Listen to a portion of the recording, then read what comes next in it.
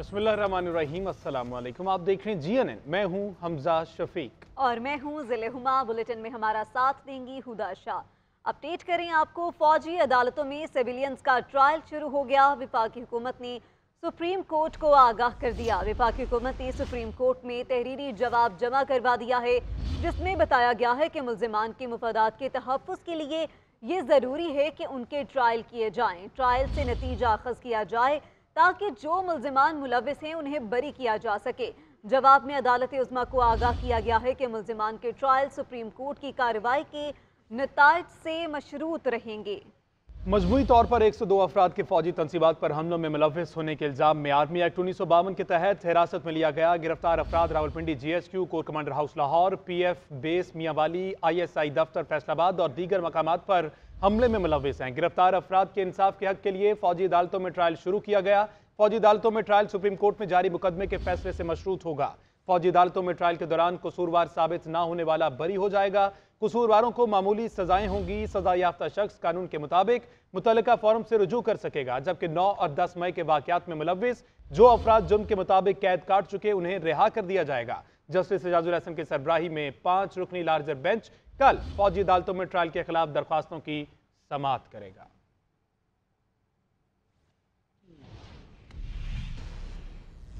और नवाज शरीफ ने पार्टी रहनुमाओं को जाती उम्रा तलब कर लिया है। सियासी और मुआशी मामलात पर तबादला ख्याल किया जाएगा।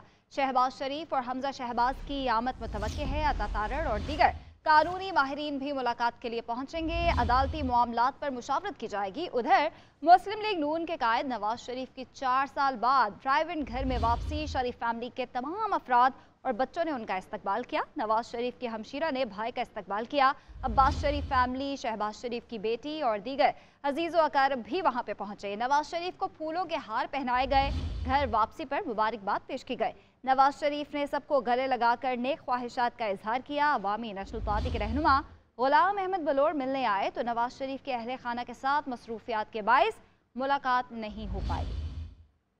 मियां मोहम्मद नवाज शरीफ की वतन वापसी पर जाती उम्रा में ईद का समा। शरीफ फैमिली खुशी से निहाल। नवाज शरीफ ने सारा वक्त अहले खाना के लिए मुख्तस कर दिया। अवामी नेशनल पार्टी के रहनुमा गुलाम अहमद बलोर मिलने आए तो फैमिली मसरूफियात के बाइस नवाज शरीफ से मुलाकात न हो सकी। इजाजत न मिलने पर वापस रवाना हो गए। आपने पैगाम दिया अंदर के नवाज अभी आपको जाने नहीं दे रहे, कहते नहीं अभी ऑफिस ही है।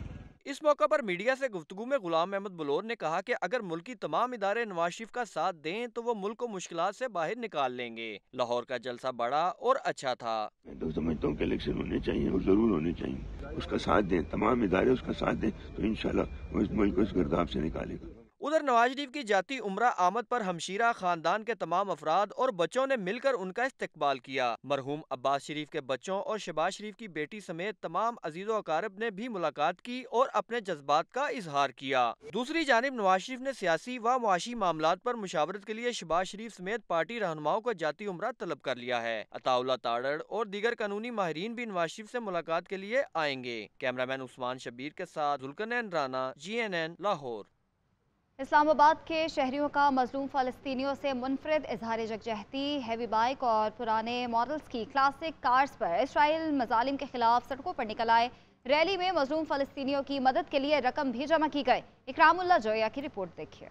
गजा पर इसराइली जारहियत और फलस्तीनी अवाम से इज़हार यकजहती के लिए इस्लामाबाद में रैली। शुरका की हैवी बाइक और पुरानी क्लासिक मॉडल्स कारों पर बड़ी तादाद में शिरकत। वफाकी दारुल हुकूमत में यूथ क्लब और जमात इस्लामी यूथ विंग ने F9 पार्क से गुलबर्ग ग्रीन तक इसराइली फौज की गजा पर होने वाले मजालिम के खिलाफ रैली निकाली। हैवी बाइक और पुरानी गाड़ियों पर सवार शहरियों ने मजलूम फलस्तीनियों से इज़हार यकजहती किया। रैली में फलस्तीनी अवाम की इमदाद के लिए फंड्स भी इकट्ठे किए गए। रैली में शरीक अफराद ने आलमी बिरादरी से फौरी तौर पर इसराइली मजालिम बंद करने का मुतालबा दोहराया। हम सब अपनी यकजहती का मुजाहरा करना चाह रहे हैं फ़लस्तीन के लोगों के साथ कि जो भी हमारे बहन भाइयों के साथ वहाँ पे ज़्यादतियाँ हो रही हैं, हम उसके लिए यहाँ पे फंड रेजिंग भी कर रहे हैं। फ़लस्तीन में जो काम हो रहे हैं, मतलब उनका जुल्म हो रहा है, उनको उसको कंडेम करने के लिए हम आए हैं। रैली के मुंतज़मीन का कहना था कि मजलूम फ़लस्तीनियों पर बमबारी से बच्चों और औरतों की कसीर तादाद में शहादत इसराइल की जंगी जारहियत का मुंह बोलता सबूत है। इस पर आलमी बिरादरी की खामोशी ने भी कई सवालात को जन्म दिया है। PIA के माली बहरान की वजह से आज भी अंदरूनी मुल्क और खलीजी ममालिक के लिए फ़ज़ाई ऑपरेशन बुरी तरह मुतासिर हो रहा है। दोहा, मस्कत और जद्दा समेत अंदरूनी मुल्क मुख्तलिफ शहरों के 26 परवासें मनसूख हो चुकी हैं। PIA का माली बहरान मजीद संगीन। आज भी अंदरूनी मुल्क परवाज़ों का फ़ज़ाई ऑपरेशन मुतासर होने लगा और कराची जैसे मुख्तलिफ शहरों के हवाई अड्डों पर उतरने वाली 18 परवाज़ें मनसूख कर दी गईं, जबकि इस्लामाबाद से 3 परवाज़ें, लाहौर से कराची की 2 और कराची से लाहौर की 3 परवाज़ें भी उड़ान ना भर सकी। इसके अलावा कराची से गवादर, बहावलपुर, फैसलाबाद और सक्खर की तरफ 2 तरफा परवाज़ें भी मनसूख कर दी गई हैं। मुल्क में रवा साल पोलियो के 4 केसेस और 54 माहौलियाती नमूनों में वायरस की तस्दीक हुई है। निगरान वफाकी वज़ीर सेहत का कहना है कि पाकिस्तान में पोलियो के तमाम केसेस अफगानिस्तान से आ रहे हैं। WHO के पाकिस्तान में सरबराह डॉक्टर माहिपाल ने कहा कि हम पोलियो के खात्मे के लिए हुकूमत पाकिस्तान से ताउन जारी रखेंगे। इसी हवाले से सबीन शहबाज की रिपोर्ट देखिए। मुल्क में पोलियो वायरस एक बार फिर सर उठाने लगा। वफाकी वजारत सेहत के हुकाम का कहना है कि चारों सूबों के दारुल हुकूमतों समेत मुख्तलिफ शहरों के 54 माहौलियाती नमूनों में पोलियो वायरस की तस्दीक हुई है। कराची और इस्लामाबाद में पोलियो खतरात से आगाही के लिए वॉक का एहतमाम किया गया। कराची के साहिल समुंदर पर खवातीन बाइकर्स और पोलियो वर्कर्स ने बड़ी तादाद में शिरकत की। इस्लामाबाद के डी चौक वॉक में निगरान वफाकी वज़ीर सेहत डॉक्टर नदीम जान, WHO के पाकिस्तान में सरबराह डॉक्टर माहिपाला भी शरीक हुए। डॉक्टर नदीम जान ने कहा कि मुल्क में पोलियो के तमाम नए केसेस का ताल्लुक अफगानिस्तान से है। हमारे 4 बच्चे अभी तक इफेक्ट हो गए हैं। नेशनल इमरजेंसी है, इसमें हर पाकिस्तानी बाउंड है कि अपनी सितार के मुताबिक अपना हिस्सा डाले। ये किसी सिर्फ सेहत का काम नहीं है, ये तमाम इदारों का, तमाम मकातब फिक्र का, तमाम शहरियों का और तमाम वालिदैन का काम है कि वो इन कैंपेन में हमारे साथ हो, हमारी टीमों को वेलकम करें, उनका सहारा बने। डॉक्टर माहिपाला ने मीडिया से गुफ्तगू में पोलियो के खात्मे के लिए हुकूमत पाकिस्तान के साथ ताउन करने की यकीन दहानी कराई। We are close to the last mile now. I am 100% confident that within next few years we are able to eliminate polio from Pakistan. माहिरीन सेहत ने मुल्क से पोलियो के खात्मे के लिए तमाम बच्चों को बार बार पोलियो के कतरे पिलाने पर जोर दिया। और अब बात करें मौसम की सूरत-ए-हाल की, तो वादिये सवात में बारिश और बर्फबारी के बाद सयाहों की आमद का सिलसिला जारी है। सवात के सयाहती इलाके में हमारे नुमाइंदे शहजाद नवीद मौजूद हैं, उन्हीं से मजीद जान लेते हैं। शहजाद, बताइएगा कैसा मौसम है?